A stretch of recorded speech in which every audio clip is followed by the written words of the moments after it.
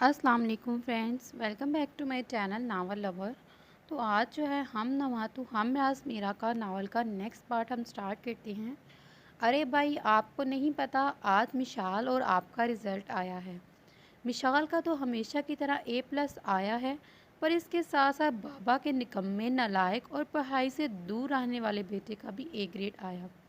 हादी ने जिस अंदाज में कहा, इल्तमास ने तब कर इसकी तरफ देखा, मगर इसी बुत पर गौर करने के बाद इसने खुशगवार हैरत से मिशाल को देखा, जो आंखों में खुशी की चमक लिए इल्तमास को देख रही थी। फिर इसकी नज़र जमा साहब की तरफ गई तो वो भी इसे मुस्कुराकर देख रहे थे।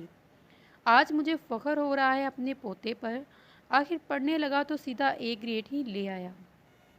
हैदर साहब ने मुस्कुराकर कहा तो इल्तमास इनके पास आकर मुस्कुराते हुए इनके गले लग गया। हमें क्या पता कि मेहनत करके ये नंबर आए हैं या फिर चीटिंग से, हादी ने मुंह बनाकर कहा तो इल्तमास ने आगा जान से अलग होकर इसे घूरा।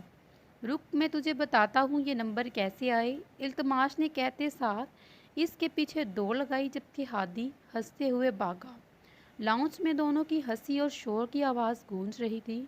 आमना बेगम ने एक नज़र सबको देखा जो इन दोनों को देखकर मुस्कुरा रहे थे।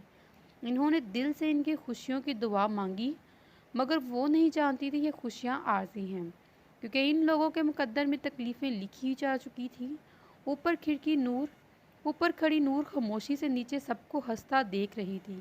खुशी की कोई रमक ना थी इसके चेहरे पर, और होती भी क्यों। जान से अजीज़ बहन 2 दिन बाद एक ऐसे इंसान के साथ जा रही थी जिसका इंसानियत से दूर दूर तक कोई लेना देना ही नहीं।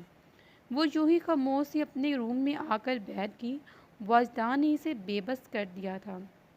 चाह कर भी वो किसी को कुछ ना बता पाई। मुंह खोला तो इज्जत का तमाशा बन जाएगा। वाजदान का सोचते ही इसे फिर याद आया। आंसू पलकों की बार तोड़कर निकल गई।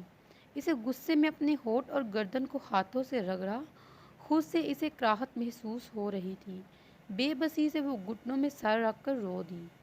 नूर कहाँ है, इल्तमास ने डिनर पर अचानक पूछा तो सबने नूर की गैर मौजूदगी को महसूस किया। बेटा, इसकी तबीयत नहीं ठीक, अपने रूम में आराम कर रही है। रेहाना बेगम के कहने पर हादी को तफ्शीश हुई। इसे बेसाख्ता वो रात याद आई जब नूर बिखरे हुए हुलिये में घर आई। इसी राह से तो नूर बदल सी गई, पर क्यों? हाय, आखिर वो हो क्या गया है इस लड़की को? कल मेहंदी है, सभी कज़न्स आएंगे और इसकी तबीयत ख़राब है। मैं इंजॉय कैसे करूँगी इसके बगैर? हानिया ने खाने से हाथ रोककर परेशानी से कहा। कुछ नहीं हुआ, इसे बस मिशाल के जाने पर उदास है। आलिया बेगम ने सबको तसल्ली दी, मगर इनकी बात से इल्तमास के चेहरे पर जो धीमी मुस्कुराहट थी वो गायब हो गई। इसने मिशाल को देखा जो आंखों में आंसू लिए बैठी हुई थी। अरे चंदा, तुम तो मत रो, इधर देखो, हम वाजान से कहेंगे कि वो रोज़ तुम्हें हमसे मिलवाने ले आए।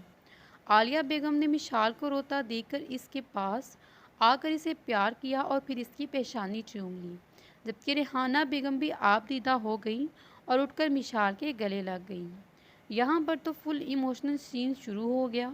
मेरी तो आंखें ही भीग गई ये देखकर। आदि ने रोने की एक्टिंग की, जिस पर सब एक साथ हंस दिए, सिवाय इल्तमास के। वो यूं ही संजीदगी से मिशाल को देख रहा था। तो खुश है, रात को मिशाल इसे दूध का गिलास पकड़ा कर जाने लगी तो इल्तमास ने इसे पूछा। इसकी बात पर मिशाल के चेहरे पर मुस्कुराहट आ गई। इसने अपनी नज़र झुका ली। इल्तमास, वाजदान एक अच्छे इंसान है और हम उनके। मैंने पूछा तो खुश है मेरे रिजल्ट से? कुछ देर बाद मिशाल ने आहिस्तगी से बोलना शुरू किया तो इल्तमास ने इसे टोककर फिर से संजीदगी से पूछा। मिशाल बेसाख्ता हंसी। सॉरी इल्तमास, हमें लगा आप कुछ और पूछ रहे हैं, इसने हंसते हुए जल्दी से कहा, जबकि इल्तमास का मूड वाहिदान का नाम सुनकर ख़राब हो गया। हाँ, रिजल्ट देखकर तो हम ज़ाहिर सी बात है खुश होंगे। आखिर 3 साल तक फेल होने के बाद आपका यूं एक ग्रेड आना, इल्तमास, हम अब बता नहीं सकते कि हम कितने खुश हैं। मिशाल ने चहकर कहा, मगर इल्तमास जैसे इसकी बात सुन ही नहीं रहा था। वो बस इसके लबों की मुस्कुराहट देख रहा था जो इसे बेहद हसीन लग रही थी। इस मुस्कुराहट पर इल्तमास जमा अपनी जान भी वार दे, बेसाख्ता इसके मुंह से निकला। इस बात पर मिशाल के चेहरे पर से मुस्कुराहट गायब हुई। वो हैरत से इल्तमाश को देखने लगी, जिसकी नज़रें इसके चेहरे का तवाफ कर लगी। वो इससे पूछना चाहती इस बात का मतलब, इसे अचानक इल्तमाश की नज़रें बदली हुई महसूस हुई। पहली बार वो इल्तमाश की नज़रों से कंफ्यूज हुई। वो बुखलाते हुए 2 कदम पीछे हटी। हम चलते हैं, वो जल्दी से बोलकर जाने लगी, मगर इल्तमाश ने इसका हाथ पकड़ा। इसने घबरा कर इल्तमाश को देखा, पर उसकी पुरतिश नज़रों से मिशाल का दिल धड़कने पर मजबूर कर दिया। बेसाख्ता इसकी पलकें झुकी, जबकि गाल न चाहते हुए भी सुख हो गई। इल्तमाश मबूसा इसके सुर्ख चेहरे को देख रहा था। मासूमियत और हुस्न का मिला जुला जोड़ इसे मदहोश कर रहा था। कुछ देर रुक जा, इसके गमगीन लहजे पर मिशाल बुखला गई। इसे इल्तमास से अपना हाथ छुड़वाने की कोशिश, मगर इल्तमास की गिरफ्त मजबूर। इल्तमास, रात काफ़ी देर हो चुकी है, हम कल बात करेंगे। कोशिश के बावजूद मिशाल का लहजा लड़खड़ा गया, जबकि इसकी बात पर इल्तमास ने होश में आते हुए झटके से इसका हाथ छोड़ा। तो मिशाल बिना कुछ कहे जल्दी से इसके रूम से निकल गई। मिशाल के जाने पर इसने मुंह पर हाथ फेरा। अपनी बेखुदी पर वो जी भरकर हैरान हुआ। क्या वो इस हद तक आगे निकल चुका था जहाँ से वापसी नामुमकिन थी? गिनने के अंदाज में वो बेड पर लेटा और अपने बालों को जगड़ लिया। मिशाल का शादी का सोच कर इसका दिमाग फट रहा था। वो कैसे बर्दाश्त कर पाए? वो तो मिशाल का ध्यान खुद से किसी और की तरफ जाने पर भी गुस्सा हो जाता, और अब तो वो खुद किसी और की हो जाएगी। इसकी आंखें सुर्ख हो गईं। खुद को वो बेबस महसूस कर रहा था। आखिर किसको बताए कि वो इल्तमास जमा हैदर मिशाल एजाज से मोहब्बत कर बैठा। वो लड़की इसके दिल की धड़कन बन चुकी थी। वो मर जाएगा इसके बिना। आखिर कैसे बताता सबको? वो बेड पर लेटकर आंखें मूंद गया। एक बार फिर मिशाल की सोचें इसके गिर्द घूमने लगी। पूरी रात वो इसे सोचने लगा। दूसरी तरफ मिशाल रूम में आकर गहरे गहरे सांस लेने लगी। आखिर हो क्या गया है आज इल्तमाश को? इसकी नज़रें किस कदर बदली हुई थी। मिशाल बेड पर बैठकर इसके बारे में सोच रही थी। इसका फ़ोन रिंग करने लगा। वाजदान की कॉल थी। इसे बेसख्ता दोपहर वाला वाक़या याद आया। हेलो। कॉल रिसीव करने पर इसने झंझक कर कहा, मिशाल, आई एम सॉरी, मैंने तुम्हें हर्ट किया। वाजदान की शर्मिंदगी से भरपूर आवाज़ सुनकर मिशाल खुद शर्मिंदा हो गई। वाजदान, आप माफ़ी ना मांगे, गलती हमारी है। हमें थप्पड़ नहीं मारना चाहिए था, मगर हम क्या करें वाजदान। आप जानते हैं हम इल्तमास के ख़िलाफ़ कुछ नहीं सुनते, फिर भी आप। मिशाल ने बेचारगी से कहा तो दूसरी तरफ वाजदान ने लब बीच लिए। अगेन सॉरी मिशाल, बहुत शर्मिंदा हूँ मैं। वाजदान ने पेशानी मसलते हुए मुश्किल आवाज़ को नरम रखा। कोई बात नहीं, मिशाल ने आहिस्तगी से कहा। अच्छा मिशाल, क्या तुम कल शाम को मुझसे मिल सकती हो? वाजदान ने मुद्दे पर आकर पूछा। वाजदान, कल कैसे? कल तो हमारी मंगनी की रस्म है और बीजान घर से हमें निकलने नहीं देंगी। मिशाल के कहने पर वाजदान ने अपना गुस्सा कंट्रोल किया और फिर तहम्मुल से कहा, देखो मिशाल, सिर्फ 10 मिनट की बात है, मुझे बहुत ज़रूरी काम है। तुम प्लीज़ समझने की कोशिश करो। पर वाजदान, देखो मिशाल, अगर तुम नहीं आई तो समझूंगा कि तुमने मुझे माफ़ नहीं किया। घर के पास वाले कैफ़े पर मेरा वेट करना, मैं तुम्हें वहीं से पिक करूंगा। वाजदान ने बोलकर कुछ मिशाल के सुने बिना कॉल काट दी। मिशाल परेशानी से सोचने लगी कि कल कैसे? ऐसा भी क्या ज़रूरी काम था जो कल बुला रहा है? वो टेंशन में बड़बड़ाई। दूसरे दिन दोपहर से ही हैदर विला में मेहमानों की आमद शुरू हो चुकी थी। पूरे घर में रौनकें लगी हुई थी। हर तरफ एक अलग शोर था। हानिया नूर को लेकर सारे कज़न्स के साथ मिलकर शोर शराबा मस्ती वगैरह कर रही, जबकि नूर मजबूरन इसके साथ मिलकर ज़बरदस्ती मुस्कुरा रही थी। इल्तमास ने तैयार होकर टाइम देखा। शाम के 7 बज रहे थे। 1 घंटे का काम था। वो कार में बैठकर इसी जगह के लिए निकला जहाँ से वो कल सफ़ियान और बिलाल को पिक करने गया था। दूसरी तरफ मिशाल भी सबसे नज़रें बचाकर पीछे की गेट से निकली। रास्ते में टैक्सी रोककर वो इसमें बैठी। अब इसका रुख करीबी कैफ़े की तरफ था। वाजदान, अब तो बताएं क्या काम है आपको? हमें घर भी जाना है, किसी को बता कर नहीं आए हम। वाजदान ने इसे कैफ़े से पिक किया और 15 मिनट से वो खामोशी से ड्राइव कर रहा था। तभी मिशाल ने तंग आकर पूछा, बस थोड़ी देर और मिशाल, वाजदान ने नरमी से कहा। फिर कुछ देर बाद इसने रेड लाइट एरिया में कार रोकी। ये आप कहाँ ले आए हमें? मिशाल ने इस जगह को देखकर हैरत से पूछा। देखती जाओ, वाजदान कार से उतरकर इसके बोन से टेक लगाकर खड़ा हो गया तो मिशाल भी आहिस्ते से कार से उतरी। फिर परेशान नज़रों से आसपास देखने लगी। आपने ऐसा क्या किया? आपने ऐसा क्यों किया? इस लड़की की नम आवाज़ पर इल्तमास ने पलट कर इसकी तरफ देखा। वो रेड लाइट एरिया पर आकर तसीहा नामी इस लड़की को रेशम बाई से ख़रीद चुका था और अब इसे लेकर बाहर निकल रहा था। तभी इस लड़की ने रोते हुए इससे पूछा, क्योंकि कल तुम मुझे यहाँ बेबस मिल क्योंकि कल तुम मुझे यहाँ बहुत बेबस लगी थी। इल्तमास ने रसानिया से वजह बताई और फिर से बाहर आने का इशारा किया। आपका बहुत शुक्रिया, आप मेरे लिए किसी फरिश्ते से कम नहीं। बाहर आकर तसिया कहते साथ रोते हुए इल्तमास के गले लग गई। इल्तमास खामोशी से खड़ा रहा, जानता था इस पर क्या बीती। आखिर इस जगह पर रहकर कोई भी लड़की बच पाई थी। मिशाल, वाजदान की पुकार कर मिशाल जो इधर उधर परेशानी से देख रही थी इस तरफ देखने लगी, मगर वाजदान के सामने देखा पाकर मिशाल ने इसकी नज़रों का ताक़ुब किया तो हैरत से इसकी नज़रें फटी रह गई। सामने इल्तमास एक लड़की को गले लगाए खड़ा था, मगर मिशाल को इससे भी ज़्यादा हैरत इल्तमास की इस जगह पर देखकर हुई जहाँ शरीफों का आना ममनू था। वो मुंह पर हाथ रखे बेयकीनी से ये मंजर देख रही थी।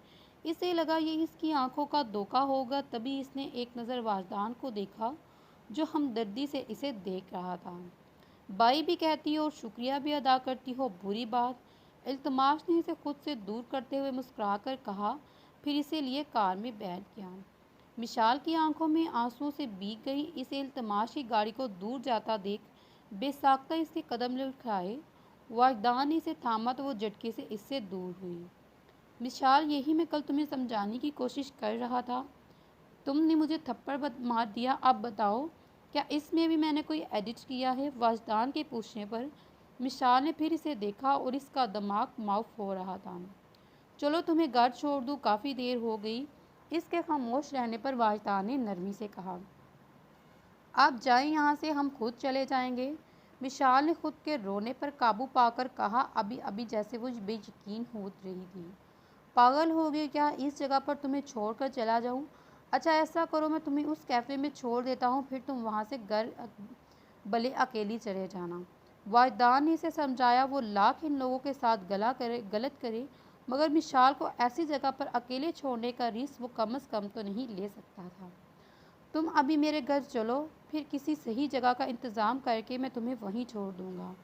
इल्तमास ने रास्ते में तसीहा को बताया, नहीं मैं आपको एक और टेंशन में नहीं डाल सकती। वो मेरी आंटी का, आप मुझे वहीं छोड़ दें।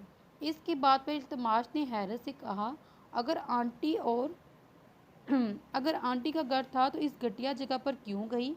इल्तमास ने इससे हैरत से पूछा। गई नहीं, किडनैप किया गया था मुझे और मैं ही तुम्हें। मेरी तरफ और भी बहुत सी लड़कियों को किडनैप करके वहाँ लाया गया। वो भी मेरी तरह रोज़ इन लोगों से रहम की भीख मांगती, खुदा इससे दुआ करती और वहाँ से निकलने की। मगर आपकी तरह कोई फरिश्ता हर किसी को बचाने थोड़ी ना आ सकता है। इसने आंखों में आई नमी को पूछते हुए इल्तमास को बताया, जिस पर इल्तमास के जबरे तन हो गए। कुछ सोचकर इसने अपना मोबाइल निकाला, फिर एक नंबर डायल किया।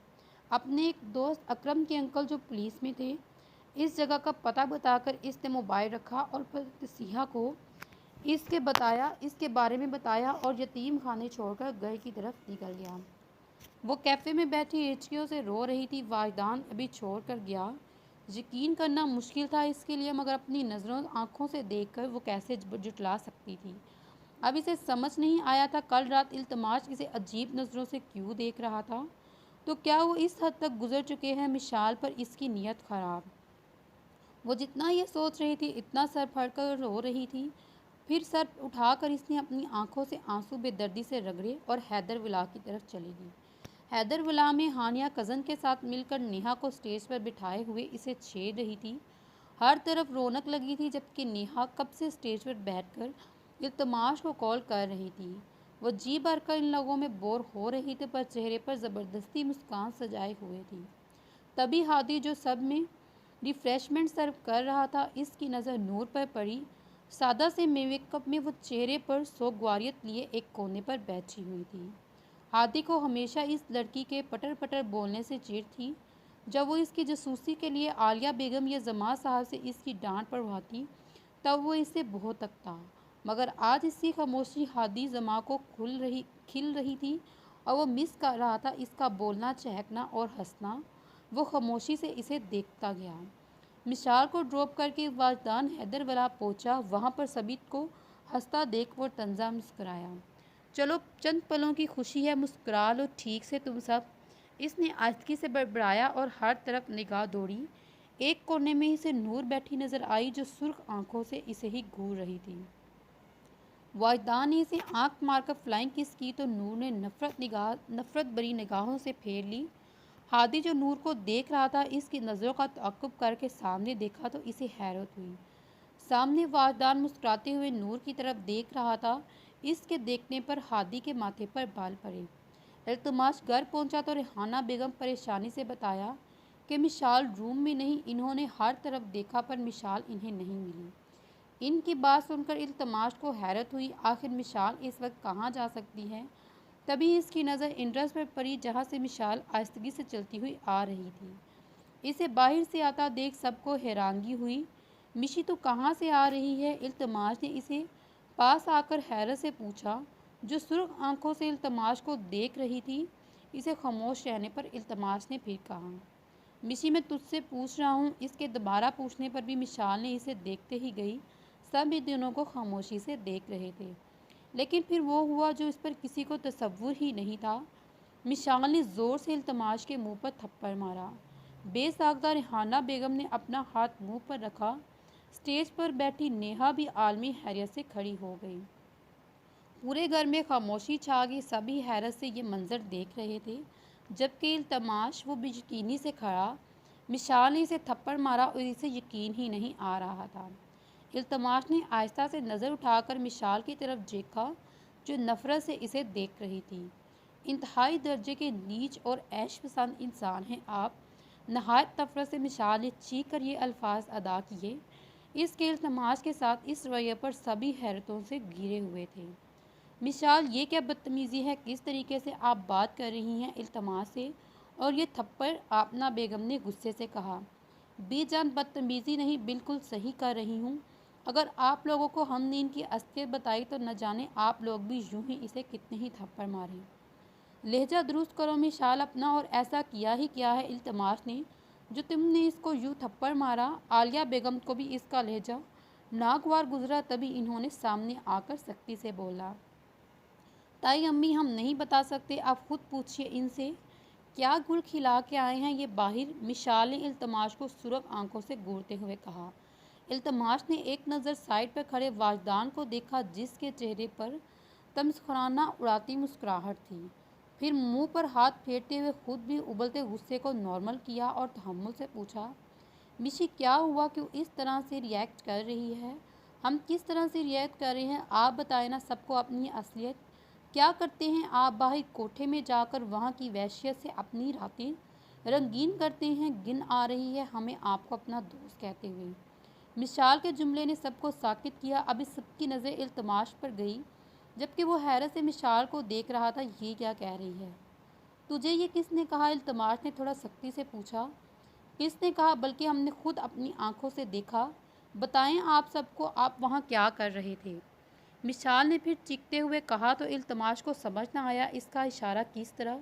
मतलब मिशाल इस बात को गलत वे में लेकर जा रही है, मगर वो रेड लाइट एरिया में आई कैसे? बोलिए ना, चुप क्यों है? इसे चुप देकर मिशाल फिर चीखी, देखो मिशी मेरी बात सुनो, तू जैसा सोच रही है वैसा कुछ नहीं। तुझे सारी गलत फहमी हुई है, मैं सब क्लियर कर दूंगा। ये अभी तो चुप हो जा प्लीज़। इल्तमास ने जल्दी से मेहमानों का लिहाज करते हुए मिशाल का बाजू पकड़कर कहा तो इसने ज़ोर से इल्तमास का हाथ झटका। हाथ मत लगाइए, गिन होती है हमें आपसे। पहले आप सबको ये बताएं कि आप इस गंदी जगह पर इस लड़की के साथ थे या नहीं। मिशाल के कराहत अमीज़ लहजा इल्तमास के दिल पर ज़रब लगा गया, क्योंकि वो इसकी इज्जत का तमाशा बना रही थी। मिशी हाँ मैं वहाँ पर था, लेकिन जो तू। अभी मिशाल के अल्फाज मुकम्मल ही नहीं हुए कि इसे मोड़कर जमां साहब ने इसके गाल पर ज़ोरदार थप्पड़ रसीद किया। इल्तमास बिल्कुल गंग हो गया। बस इसकी साकत नज़रें अपने बाप पर थीं, जिसने आज तक इसे डांटा तक नहीं। और अब बाबा इसके लब आहिस्ता से फड़फड़ाए। आज तुमने हमें शर्मिंदा कर दिया, जमां साहब ने अजियत से कहा, जबकि आलिया बेगम भी सदमे से सोफे पर डट गई। अब तो कोई शक बाकी ना था। इल्तमास ने खुद अकरार किया था। हादी और हानिया भी दुख से इल्तमास को देख रहे थे, जबकि नूर समझ चुकी थी यह सब किसने किया और इसे नफरत भरी नज़रों से वाजदान को देखा। तभी कल जब हम आपके रूम में आए तब आप हमें अजीब नज़रों से देख रहे थे। शर्म आनी चाहिए आपको। मतलब अब हम पर भी आपकी नीयत ख़राब होगी। मिशाल ने बुरी तरह रोते हुए तकलीफ दा वो आवाज़ कही, जबकि इल्तमास शौक खड़ा था। मतलब वो लड़की इसकी मोहब्बत को हवस का नाम दे रही थी।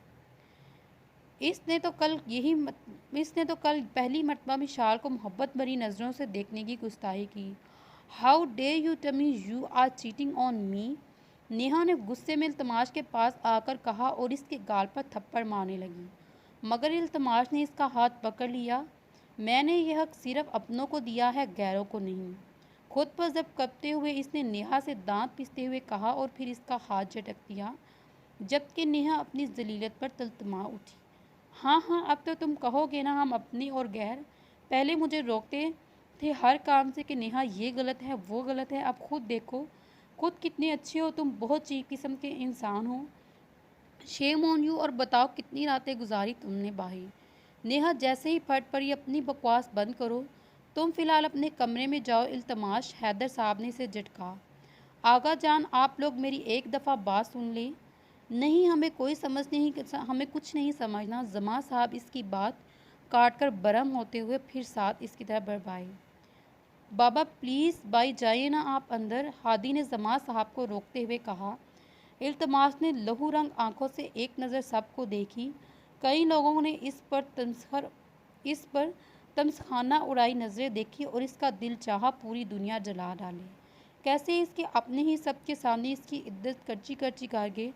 और करते भी क्यों, जब इल्ज़ाम लगाने वाली वो थी जिसके बारे में इल्तमास जमा हर किसी को कहता कि मेरे किरदार की सच्चाई पूछनी है तो मिशाल से पूछो। आज इसके अल्फाज तमाचे की सूरत में इस पर पड़े। दबी दबी हंसी और सरगोशियाँ सुनकर इल्तमास ने अजियत से आंखें बीच लीं। बाई चाहे ना प्लीज़, आदि ने फिर से इसे कहते हुए इसके कंधे पर हाथ रखा तो यह इल्तमास इसका हाथ झटकता हुआ घर से बाहर जाने लगा। तोबा ये है शरीफ घरों के लड़के। अरे इतनी ही आग लगी थी तो शादी जल्दी कर लेते। ना भाई नहीं, हम तो अपनी बेटी की शादी ऐसे किरदार वाले लड़के से नहीं करेंगे। नेहा की माँ ने सबको सुनाते हुए ज़ोर से कहा तो इल्तमास के कदम थमे। इसने एक नज़र मुड़कर पीछे देखा। यहाँ इल्तमास माँ को अपना आप मरता हुआ महसूस हुआ।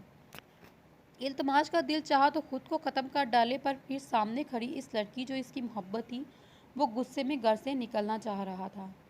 आज हैदरवाला पर रात बहुत मुसीबत ज़्यादा थी। कितने ही लोग इन सबको सुनाकर इनका मजाक बनाकर चले गए। वो खामोशी से अपने रूम में जाने लगे, तभी जमा साहब की आवाज़ पर इसके कदम थमे। आलिया बेगम ने इससे कहा कि आज रात सिर्फ यहाँ पर रुके, फिर सुबह यहाँ से खुद ही चला जाए। हमारे घर में ऐसे इंसान की कोई जगह नहीं जो अपने माँ बाप के लिए शर्मिंदगी का बायस हो। जमा साहब नागवारियत से बोलकर अपने कमरे में चले गए, जबकि बीजान और आगा भी इससे तासुब देखते रहे। रात भर जागने की वजह से सुबह इसकी आंखें बिल्कुल सुरख हो रही थी। रात वाली हुलिये में ही वो नीचे आया और सबकी नज़र इसे खुद में जचती हुई महसूस हुई। सामान लेकर नहीं आया अपना, आगे जाकर अकेले रहोगे तो ज़रूरत पड़ेगी। जमा साहब ने तंजिया अंदाज में बोला तो वो कुछ पल खामोशी से इन्हें देखते रहा। मुश्किल वक्त में ज़रूरत अपनों की होती है, आजी चीज़ों की नहीं। बोलकर इल्तमास बाहर निकल गया, जबकि इसके चेहरे पर रकम तकलीफ़ आलिया भी देख नहीं पाई। वो रोते हुए इसके पीछे जाने लगी। तभी हादी, खानिया और रेहाना ने इन्हें रोका। हादी प्लीज़ इसे रोक दो, हादी इसे वापस ले आओ। वो रोते हुए हादी को पकड़कर बोलने लगी, जबकि मिशाल बीजान के पास बैठी रो रही थी।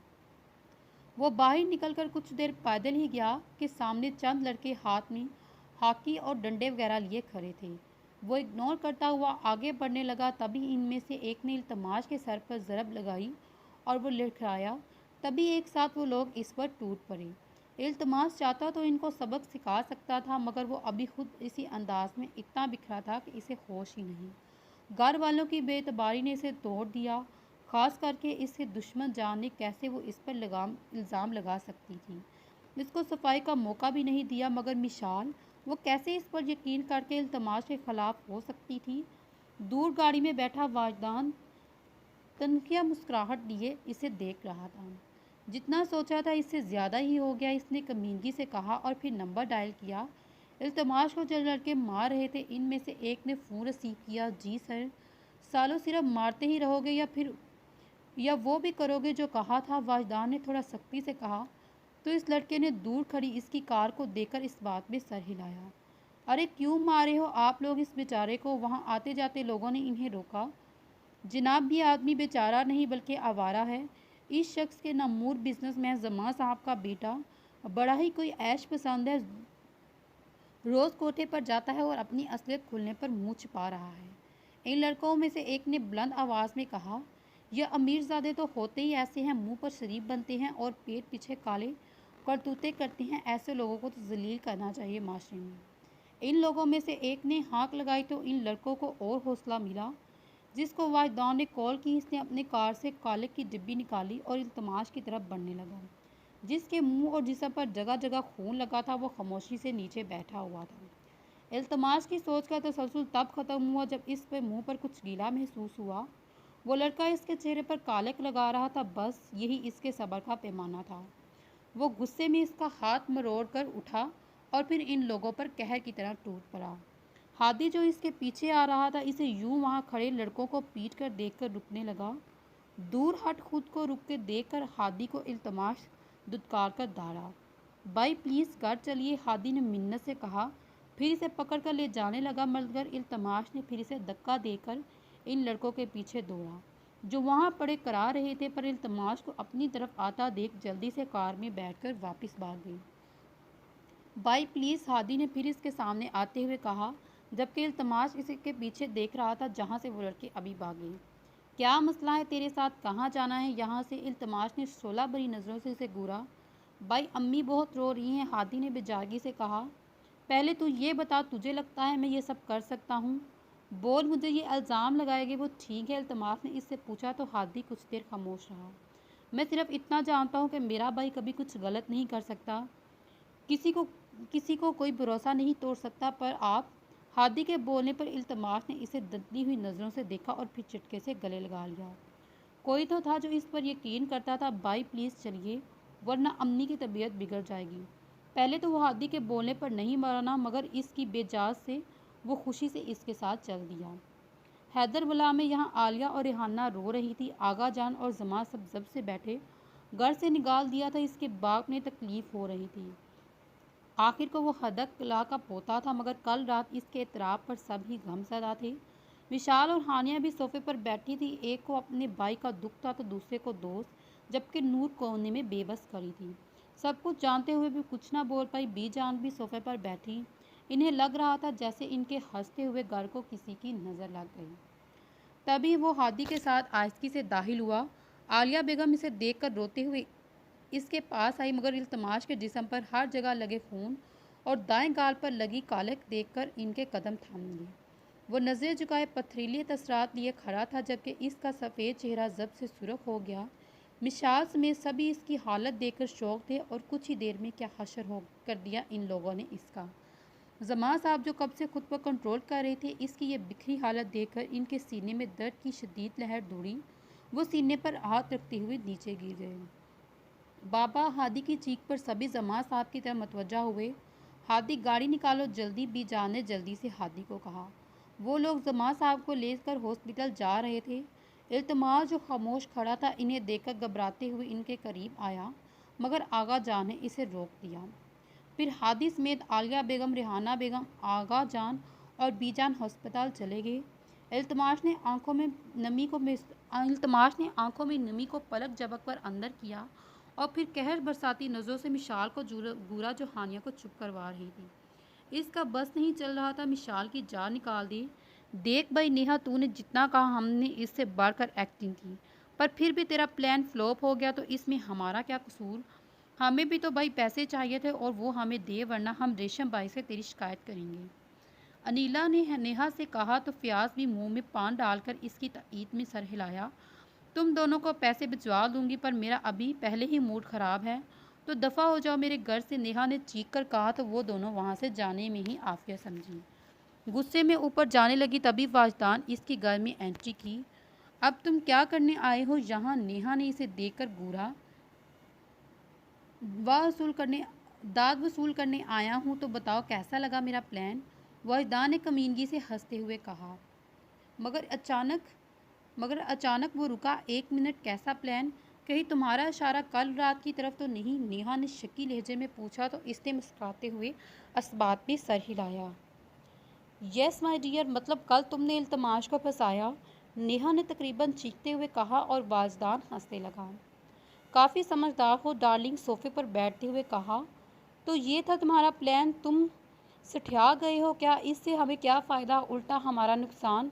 न मेरी तामी से शादी हुई, न मैं पैसे लूट सकी, नेहा ने इसके सर पर खड़े होकर गुस्से में कहा, जबकि वाजदान इसके सटिया कहने पर तपा उठा और नेहा का हाथ मरोड़ कर इसका रुख पलटा और फिर इसके कंधे पर अपनी थोड़ी टकाई।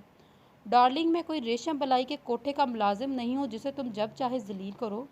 और वैसे भी तुमने कहा था कि बस किसी भी तरह इन दोनों की दोस्ती ख़त्म करनी है, जो कि मैंने कर दी। और अब जहाँ तक इल्तमाश के फंसाने की बात है, तो तूने ही कहा था कि इसको दूसरे लोगों की तरह लूटूंगी नहीं, क्योंकि तुम्हारे इससे मोहब्बत हो गई। तो स्वीट हार्ट, ये तुम्हारी मोहब्बत थी जो महबूब पर इल्ज़ाम लगने पर ख़त्म हो गई। अगर मोहब्बत होती ना तो तुम्हें भरोसा होता। और हाँ, शादी तुमने इल्तमास से नहीं करनी बल्कि उससे पैसों से करनी थी, तो सिर्फ टेंशन मत लो। तो चलिए फिर इस नावल का इख्तिताम यहाँ पर करते हैं। मिलते हैं अगली वीडियो में। अल्लाह हाफिज़।